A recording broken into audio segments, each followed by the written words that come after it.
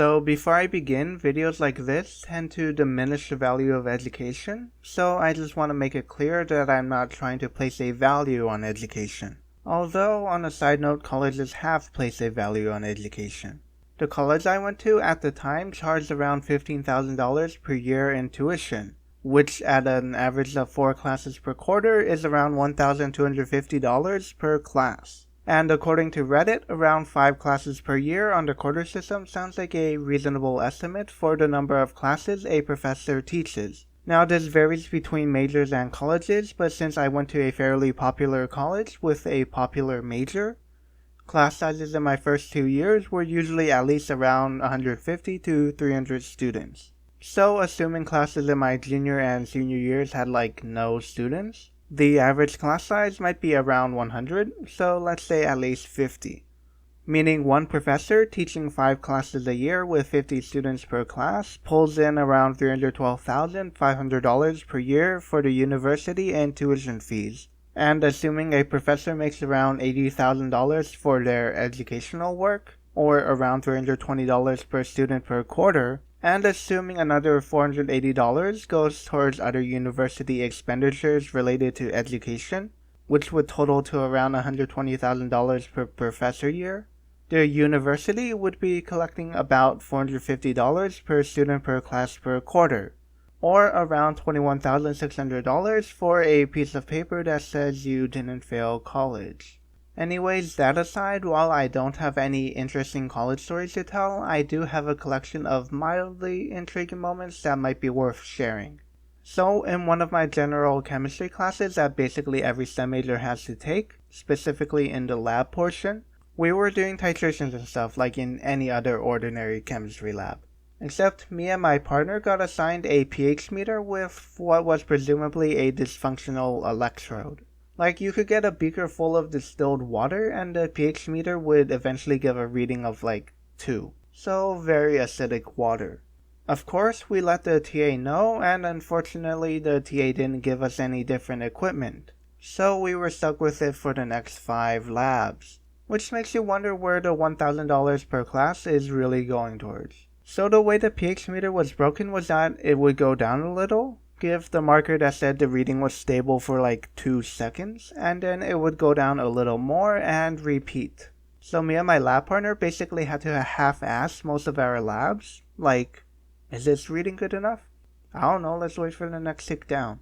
Realistically, we should have just BS all of our data and gone home early, but the TA might have marked us down for that, so we played it safe. But anyways, this wasn't a big deal since most post labs are usually designed to take your data into consideration, and gave you points based on the procedure you used in your calculations. Like what formulas and what sig figs did you use. Because due to measurement uncertainties, this is the only realistic way to make software grading chemistry labs even work. But it's always unsettling when, for example, you calculate that the unknown solution contained a negative 5 grams of solute. But while we're still sort of on the topic of TAs and faulty lab equipment, in one of my general physics labs we were doing stuff with standing waves and their boundary conditions. Basically what happened was the way the lab was set up, we were supposed to measure one type of standing wave, but based on the sound intensity data that me and my group measured, the setup corresponded with a different type of standing wave. You see, the issue here was that the lab equipment included a speaker with a curved face and a pipe with a flat end. Since the speaker and pipe didn't perfectly align, it had an open-ended boundary condition. Now, instead of writing this off in the section for sources of error of the lab write-up and assuming the physics department had faulty equipment on hand, I incorrectly assumed that there was some mistake with the lab handout. So I told the TA and they responded with, "No, the handout is definitely correct." Now I understand that this was 99% my fault for being incredibly awful at communication, but it would have been nice if the TA opted to step in and be like, "Okay, where did you idiots mess up?" Because I ended up dragging my group through 20 extra minutes of remeasuring data and trying to figure out why our data didn't match the expected result of the lab, and I still feel incredibly guilty about that. I'm not saying they should be 100% responsible for overseeing everything that happens in the lab, but if an idiot like me is stuck on a problem for 20 minutes and dragging their group through hell, I think it's reasonable to expect the TA to step in and help nudge students in the right direction, because I don't think it's too much to ask for a TA to take like 30 seconds every 10 to 20 minutes to look up from their homework to see if any groups are struggling.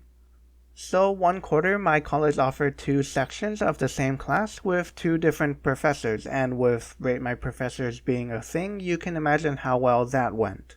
Apparently one of the professors was like the easiest grader in existence, and the other one basically hell. So one of the classes ended up with a waitlist of like 65-ish, while the other one had like 10 open seats. Like, just let that sink in. People were willing to wait on a 65-person waitlist rather than sign up for the other professor of a class that was mandatory for several different majors. Like, even during the first lecture of the easier class, half the people from the waitlist showed up hoping to get into the class, and the professor had to be like, guys, let's be real here. If your waitlist number says like 20, you ain't getting in. Go home. Also, this is a fire hazard. Now, the problem with this situation is that there's a clear difference in the quality of professors. You could make arguments both ways. The students are too concerned with easy A's and not concerned with learning the material, or easy A's are okay as long as you get your degree. But the point is that in this scenario, the 2 professors were clearly different enough to warrant that large of a discrepancy, which highlights one of the issues with higher education as a whole. Instructors aren't given enough compensation to attract enough individuals with the skills to teach.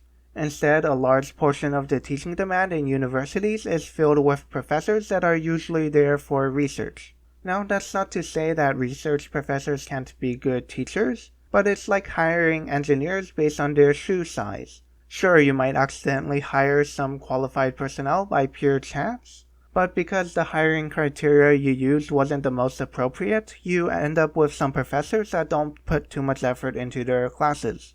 Okay, so one time I got this old guy as a professor, and while he was really nice, he was probably a little bit too old to be teaching.